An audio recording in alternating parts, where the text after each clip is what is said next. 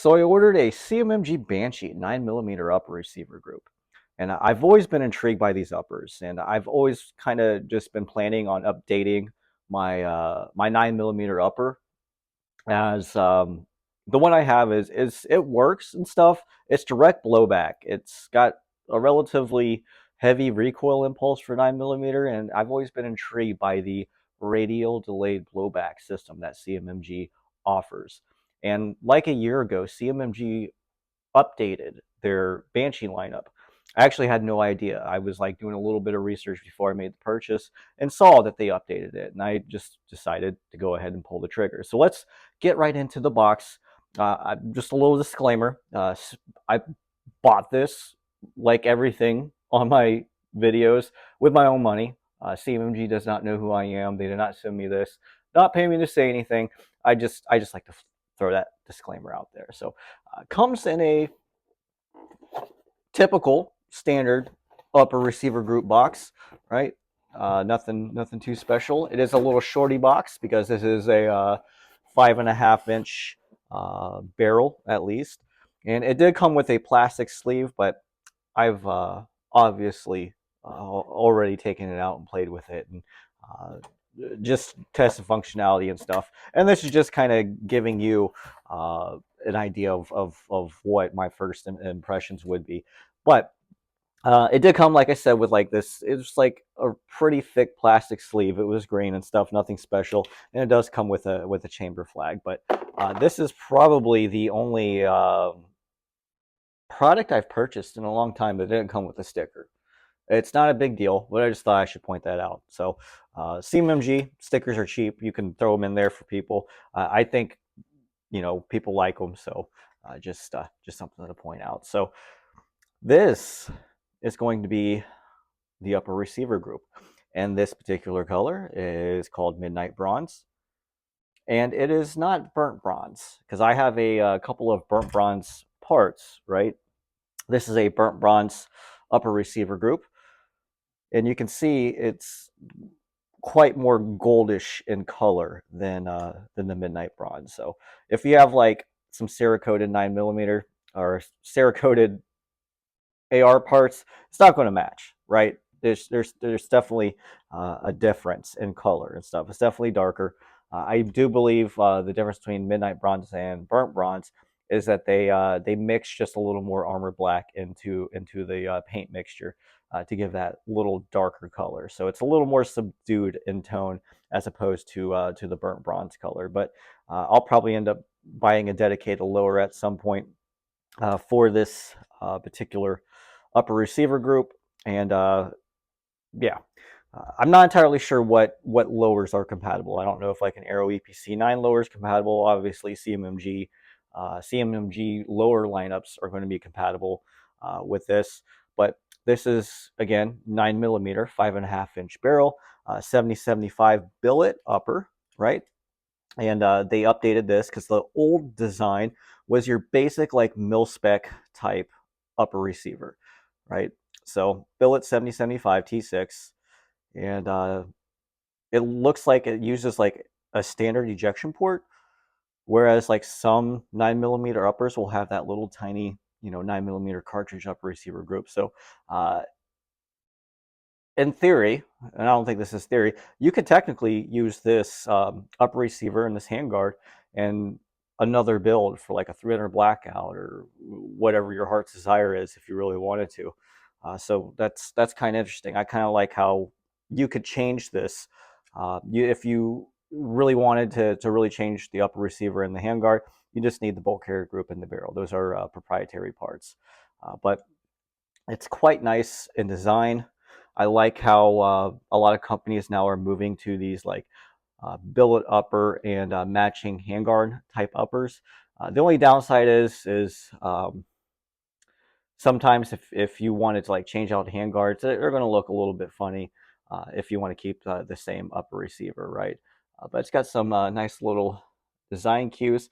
I will say the Cerakote paint, whoever their Cerakote, uh, whoever does their Cerakote, I should say, at CMMG, does look like they do a pretty good job, at least in my opinion. So the fit and finish looks fantastic on this.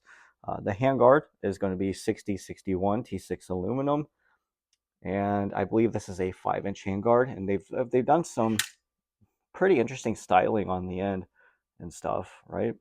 Little cutouts there. Nice little hand stop on the end. They had that design on their old handguard as well, but their old handguard definitely was a little more basic looking, where this is definitely a little more aesthetically pleasing, a little more stylized. So I quite like that. And then you've got M-lock slots at your 3, 6, and 9 o'clock positions, but you only have 3 M-lock slots. So, you know, one right here, one on your 6 o'clock, and then one at your 3 and stuff. But honestly, because the handguard for this 5.5-inch upper receiver group is so small and you don't have much rail space, if you get like a full C-clamp grip on this, really, as a predominantly right-handed shooter, you really only have one M-lock slot. You might be able to attach a flashlight if you really wanted to, but operating the button would be a little strange and stuff. So, and then obviously on the opposite side, you know, it's your fingers still kind of cover that, so you'd have to position it. You definitely wouldn't be able to add like an angled foregrip or anything of that sort. So it's definitely small. And then forgot to point out brass deflector. It is polymer, but it's a harder polymer than let's say like M-lock panels or something like that. It definitely seems a little more substantial. You can change it out, which is kind of nice. It has a polymer dust cover, kind of like with Magpul, Strike Industries, and other people that manufacture polymer dust covers. Daniel Defense looks decent. It's a nice, satisfying click, so seems to function pretty well. And then the handguard or the barrel nut, the handguard, how it's attached to the barrel nut, I should say. It's got like this little clamping plate and stuff, kind of like what Midwest Industries does. So it's a relatively solid system. There are better systems for your like anti-rotation capabilities, but honestly, you're not like attaching like lasers and anything like that onto this. So I'm not super concerned about it rotating all that much, but it's lined up. And what I do like about the upper receiver matching handguards is it's usually relatively easy to figure out if your handguard's rotated. And then the torque screws or star screws, whatever you want to call them, they do look quite substantial and stuff. And I don't know. I don't know if those are steel inserts or not, but they should offer steel inserts if they use steel bolts through the aluminum handguard. So just something to kind of keep in mind. I'm not entirely sure. The barrel is again 5.5 inches. It is 4140 chromoly vanadium. It is not 4150. I would have preferred a 4150, as 4140 has a lower carbon content in it. It's going to be a little bit softer metal.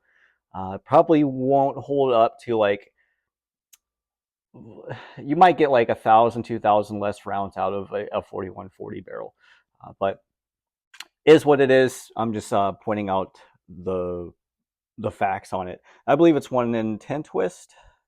It is a 1 in 10 twist, just like most like pistols, right? Like a Glock 19 is going to be 1 in 10 twist. Let's see, it's got their CMMG zeroed line or linear compensator, I should say, and you can kind of see how that looks. I hope that doesn't make you too nervous looking down the barrel of a firearm, but it's just an upper. It's not technically a firearm, but that's definitely not something you want to be looking down. But I just kind of wanted to look at what this linear compensator and how, or at least give you an idea of how it would direct that gas forward rather than, you know, like a compensator or a brake or something like that. So definitely a good looking model. So is it worth $1,000? I think $1,000 is a little much for it, but I think if you can pick these up like 750, it might be worth it to you. So let's go ahead and look at the bolt carrier group and the charging handle. We're going to look at the just charging handle first.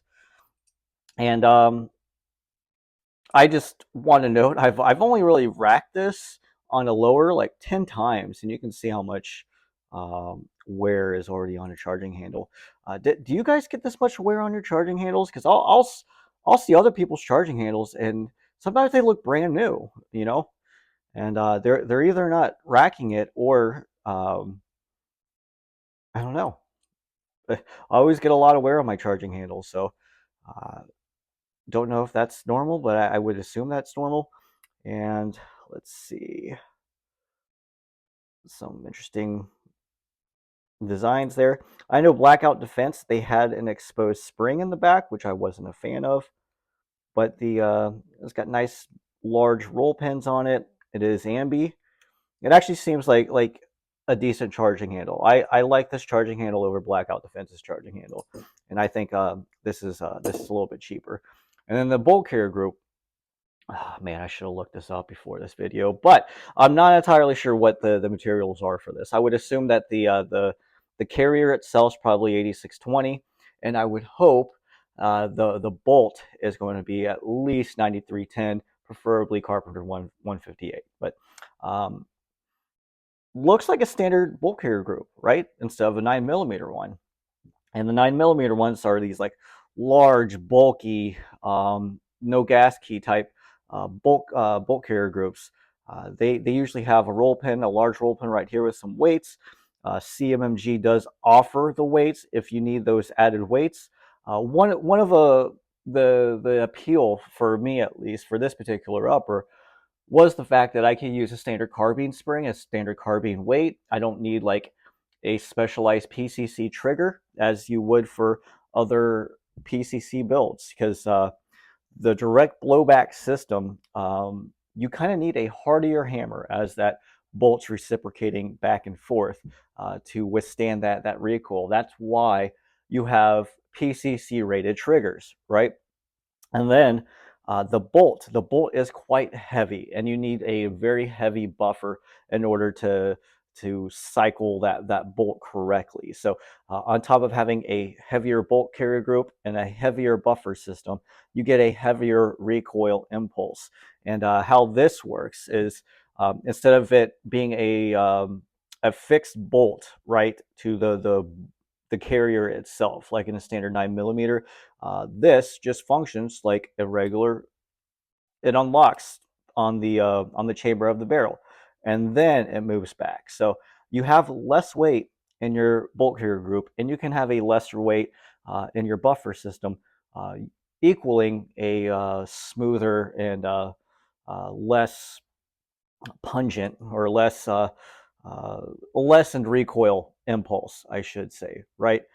So that's kind of how they figured out to make a PCC just a little bit less, right? It's not a lot. It's not anything I don't think anyone else could handle. It's just it's a nice feature, right? That's kind of what you're paying for. Kind of in the same vein as H&K's was it roller delay blowback. So anyway, let's I took this apart. It definitely is a little bit of a struggle, but I'll go ahead and do it again here. All right, so just like a regular bolt carrier group, you got your firing pin, retaining pin. I forgot about that, but and then here's your firing pin. This looks like a compatible uh, part. Like if you had some extra firing pin retaining pins laying around, it looks like you could just use that, right, for standard AR-15s. Honestly, this firing pin, it looks like a standard AR-15 firing pin for like 5.56 through blackout. I'm not entirely sure, but it looks like a standard firing pin. If it's the same tolerances and dimensions, I would assume that's another compatible part, which is kind of nice, right? And then you can see the spring kind of sitting there, and when the firing pin retaining pins there, that's what keeps the tension of the bolt. PWS kind of uses a similar system, and then there's your cam pin, right? It's definitely a different kind of cam pin.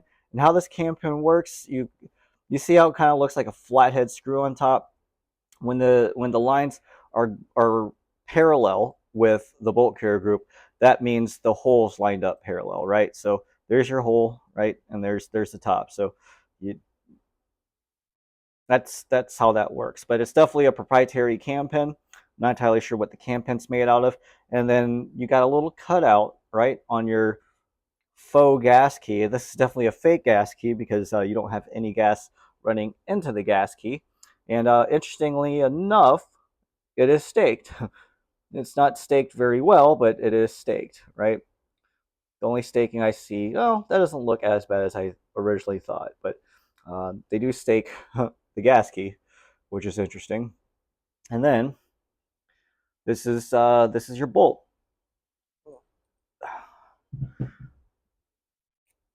There you go, right? So you got a spring, definitely a different bolt, but the bolt face actually looks like it's been fired. First of all, I have not fired this, but the extractor, the bolt face, it looks like a 556 bolt face. I do not know. So I'm not sure if the extractor is going to be just a regular AR-15 extractor. I'm not going to take it out. Uh, if you wanted to see if it had, like, you know, the good springs and the donut in there, I don't know, and I'm not going to take it apart right now. But the bolt face just looks like a standard 556 bolt face to be honest. So I'm kind of interested to see what parts are compatible and what parts aren't. So, and then putting it together, it's a little bit different, right? Let's see, get that lined up.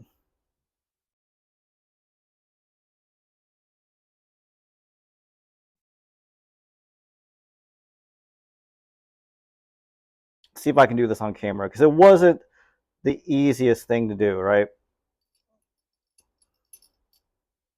It's definitely a little bit different in operation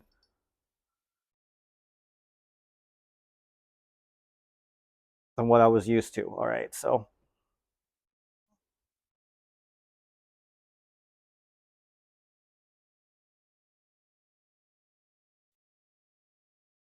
got it in there. All right.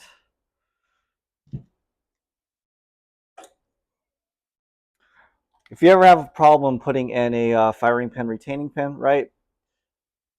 Here's what I do. I just take like a pair of needle nose and I push.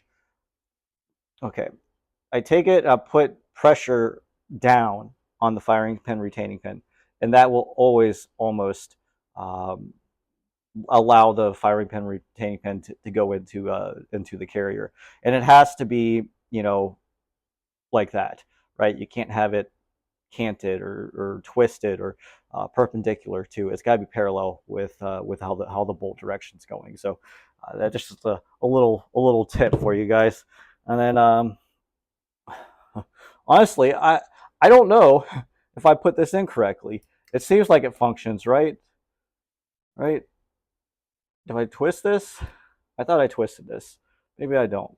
Obviously, I can't because it's got a firing pin going through it. But the firing pin's in there. It does seem to function. I guess I put it in there correctly. I'll have to check the instructions, but I'm not super familiar with disassembling and assembling this just quite yet. So, and let's put it all back together. All right, and that's basically it. So, if you're interested in a CMMG Banshee, right, I would definitely get the updated system. If you have burnt bronze Cerakote stuff laying around, it's not going to match. Is it worth $1,000?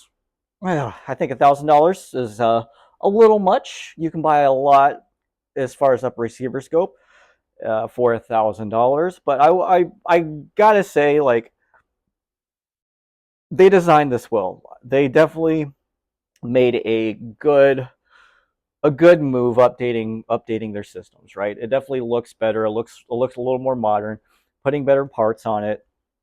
They put a little more thought into this, and I think the appeal is that radial delayed blowback system, and that the recoil impulse is just going to be a little bit less.